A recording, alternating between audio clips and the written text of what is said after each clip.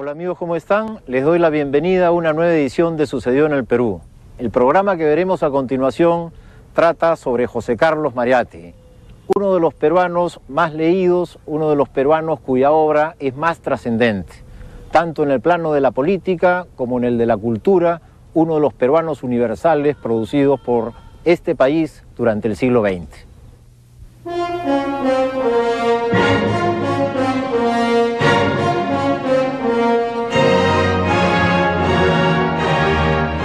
De Mariátegui es eso de unos hombres excepcionales, providenciales, los llama Eric Hobsbawm, que aparecen en la historia inusualmente, como hay a la torre en América Latina, no en vano son los grandes pensadores, porque son producto del azar, que lograron combinar como proyecto personal la reflexión teórica y la acción práctica, como Lenin en la Revolución Rusa, es decir, no ocurre todos los días en el siglo, como dice Hobsbawm, ¿no? José Carlos Mariátegui nació en Moquegua el 14 de junio de 1894, hijo de Javier Francisco Mariátegui, miembro del linaje de un prócer de la independencia, y María Amalia Lachira, descendiente de curacas piuranos. José Carlos fue llevado a la pila bautismal con el nombre de José del Carmen Eliseo. Al parecer, en esa época digamos, había cierto cuidado con dónde nacían los hijos, incluso hay mujeres que se iban a darlos a luz a Europa. Entonces, posiblemente por esta razón fue que nunca se supo, Mariátegui nunca supo que él había nacido en Moquegua.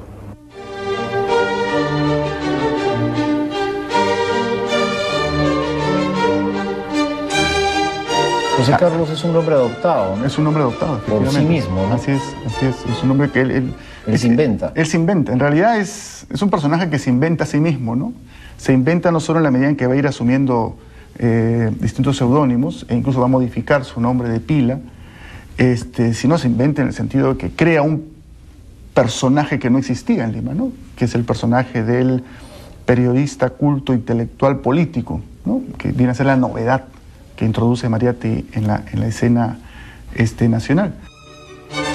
En Huacho creció al lado de sus hermanos Guillermina la mayor y Juan Clímaco el menor. Fue una infancia en la que se combinó la protección de su madre y su hermana Guillermina con la ausencia del padre, que residía en Lima. Tuvo una niñez económicamente estrecha, aprendió las primeras letras de su madre y tuvo un entorno social bastante amplio, propio de los pueblos del interior. En Huacho y en Lima, porque un poco me parece que entronca ahí el sentido de la provincia con el sentido de la capital, la importancia del pueblo pequeño con la trascendencia de la urbe, el pensamiento local focalizado con la concepción más amplia de lo que es una ciudad grande, ¿no?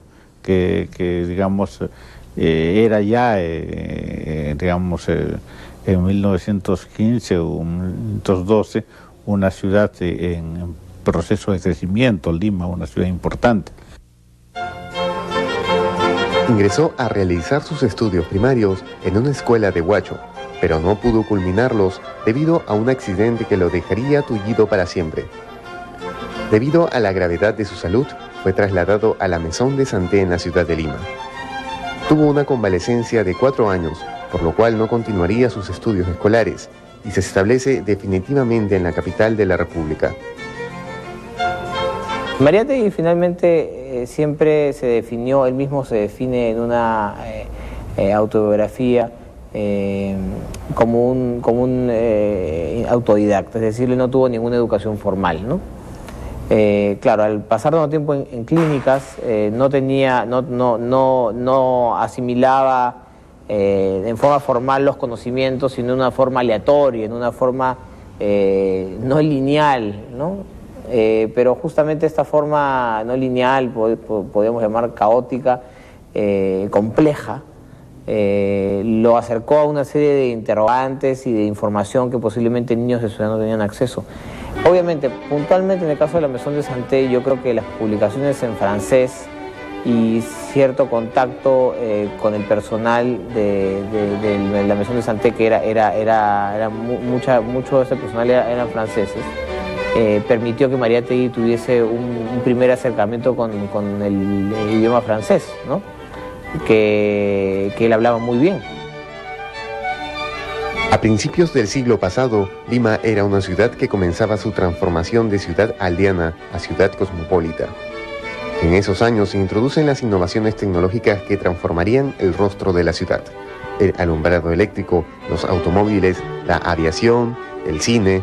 Y ciertamente están naciendo en el Perú, pues, nada menos que los que van a ser los fundadores de una imagen y de una visión del país que va a acompañarnos durante todo el siglo XX. Es decir, Aya, Mariátegui, Luis Alberto Sánchez, Porras Barrenechea, un poquito después Jorge Basadre, Valcárcel en el Cusco.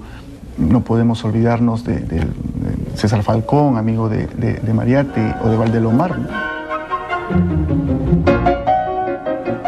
En la última década del siglo XIX y la primera década del siglo XX es una generación más bien mesocrática, provinciana, que es la que va a renovar, revolucionar en realidad la manera de entender el Perú, y la manera de escribir sobre el Perú y la manera de actuar en el Perú, ¿no? O sea, son los que fundan la literatura nacional, son los que fundan el pensamiento político y social moderno y fundan la política moderna también en el Perú. Como muchos niños peruanos de ayer y hoy, decidió trabajar para poder ayudar económicamente a su madre. A los 14 años, ingresó al diario La Prensa como ayudante en el taller de linotipia. Para entonces, ya usaba el nombre de José Carlos. Alcanzarrejones es el que lleva las pruebas, es un poco el que mueve cierto material de un lugar a otro. Hay gente también que habla que él empezó como linotipista o como obrero. No es así, porque además es un trabajo, hay que pensar que Mariátegui era un hombre frágil, entonces es un trabajo, digamos, demasiado bravo para una persona pues que era y siempre fue una persona delicada, frágil, ¿no?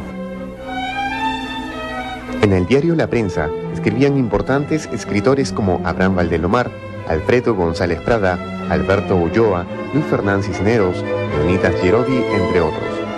Atraído por el mundo del periodismo del que no se desligaría jamás, se atrevió a escribir un artículo con el seudónimo de Juan de Chroniqueur, Juan el Cronista. En 1914 ya pertenecía a la plana principal del diario.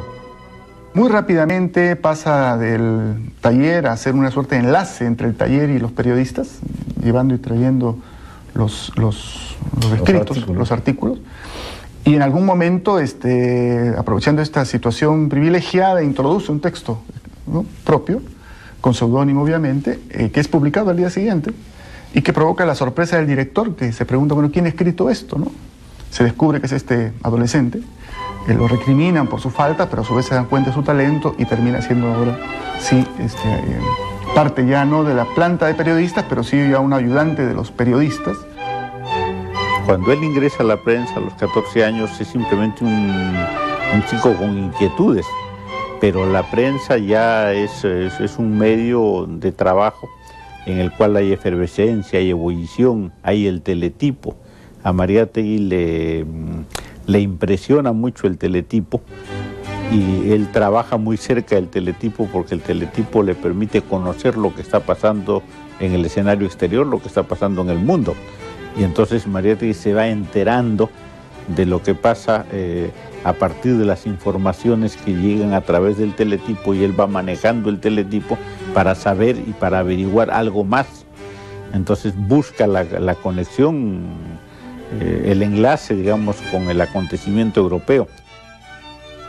Sus primeros escritos están referidos a la vida urbana, sus personajes, sucesos y cosas cotidianas, pero también incursión en la poesía, el cuento y con poco éxito en el teatro. Escribe en revistas limeñas como Lulú, El Turf, Mundo Limeño y otras. Se hace de cierta fama como joven escritor y también como crítico literario y de arte, forjando lo que sería su posterior afán polémico.